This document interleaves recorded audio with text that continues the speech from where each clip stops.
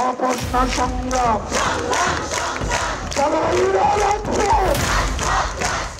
কোটা প্রচার করতে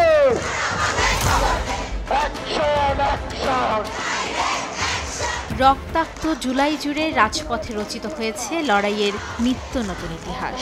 অনিশ্চয়তার দোলাচলে হার না মানা তারুণ্য অধিকার আদায় ছিল বদ্ধপরিকর।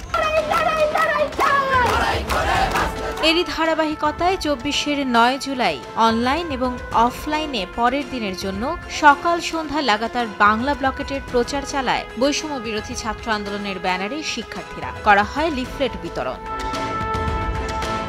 এদিন ৪ ঘন্টা রাস্তা অবরোধ করে রাখেন শিক্ষার্থীরা। ১০ জুলাই সকাল সন্ধ্যা বাংলা ব্লকেটের ডাক দেয় বৈষম্য বিরোধী ছাত্র আন্দোলন। ঢাকা সহ সারা দেশে সড়ক মহাসড়কের গুরুত্বপূর্ণ পয়েন্ট অবরোধ করে এই কর্মসূচি পালনের আহ্বান জানান শিক্ষার্থীরা। এক দফা দাবিতে সকাল সন্ধ্যা সারা দেশে ব্লকেট কর্মসূচি পালিত হবে। পরদিনের কর্মসূচি ঘোষণা শেষে বৈষম্য বিরোধী আন্দোলনের অন্যতম সমন্বয়ক নাহিদ ইসলাম বলেন, নিজ উদ্যোগে শিক্ষার্থীরা এই আন্দোলনে নামেনি। এই ইস্যুতে সরকারের নিশ্চুপ থাকার কারণে এই ধরনের কর্মসূচি দিতে বাধ্য হয়েছে আন্দোলনকারীরা। লড়াই অবশ্যই অনেক চ্যালেঞ্জিং ছিল, কিন্তু এটা সফল হয়েছে একেবারেই বাংলাদেশের সাধারণ মানুষ, সাধারণ ছাত্রদের স্বতঃস্ফূর্ত অংশগ্রহণ, তাদের বিবেকবোধ ন্যায়বোধের জায়গা থেকে রাজপথে নেমে আসা অংশগ্রহণ, সেটার কারণে আসলে এটা গণঅভ্যুত্থানের রূপ নিতে পারছে। রাজপথে এখানে আন্দোলন করে এটার কিন্তু নিরসন হবে না। তৎকালীন সরকারের আইনমন্ত্রী জানান, ঘটনা ঘটছে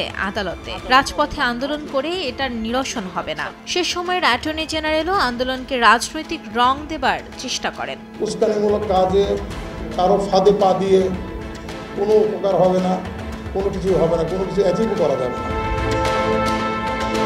এদিন হাইকোর্টের রায় স্থগিত চেয়ে আবেদন করেন ২ শিক্ষার্থী, যার শুনানির জন্য পরদিন ১০ জুলাই দিন ধার্য হয়। যদিও ওই ২ শিক্ষার্থীর আবেদনের সঙ্গে কোটা বিরোধী আন্দোলনকারীদের কোনো সম্পর্ক নেই বলে দাবি করে বৈষম্য বিরোধী ছাত্র আন্দোলন।